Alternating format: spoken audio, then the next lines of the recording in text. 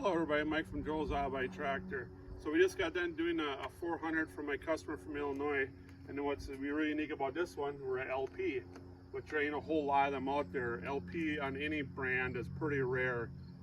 The farmers down south and stuff, the ones that had oil fields or were near oil fields with the oil wells, they could get LP really cheap or next to nothing, so they could farm pretty darn cheap. So why not use it when you got cheap fuel? So the production numbers were pretty low. This tractor here was in pretty decent shape, but like usual, they got their issues. This one here, for your correct police, are not going to like it how I did this. Technically, this should have been red, but with it being brass and stuff, it really pops. You clear it and stuff. It really shows a lot of detail. So I'm like, I can't put red paint over that. So we left her all nice and brass. This one, and you can see I put corks in after again. This one, I went a little fanatic on detailing it. This one here, the radiator was totally shot. We couldn't record, we couldn't nothing. The tanks were bad, everything was bad. So we had to get a reproduction radiator for this one. The grill was banged up, mediocre. We ended up getting a different used one. The hood was pretty nice. The hood, or I should say, nose was pretty nice. The hood was pretty nice too. Little incidentals like usual. This one here, with all the stainless steel emblems and badges, I thought, well, we'll pimp her a little bit, get a stainless steel muffler. The emblems did all get replaced. They were all like the usual IH with the tabs broken off and screwed on. The LP gas, you cannot get those, so we had to, I had to find one used one, and I polished up the other one. I buffed it all. Starter and generator are gone through like always. We got 4 new tires, new hardware, and then we got new reproduction hydraulic covers.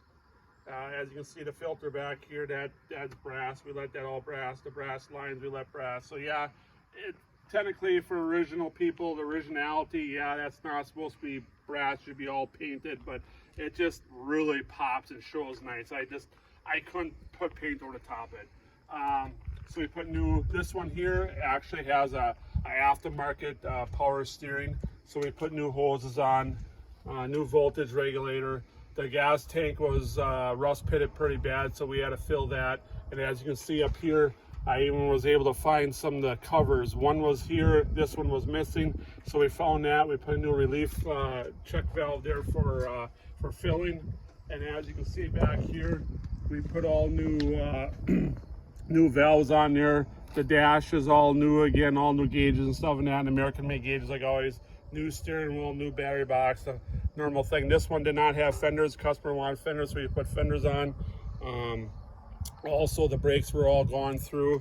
And the sad part is the rims. This one, she ended up getting all brand new rims.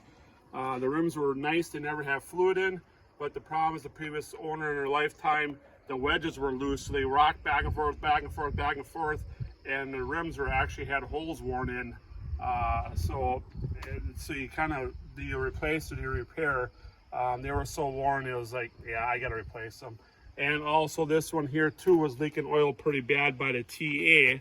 So we end up having to rebuild the TA and that, because once we got in there, we found stuff that was pretty heavily worn. So the TA ended up getting rebuilt. So we got a little more mechanical than what we thought, but it's kind of par for the course.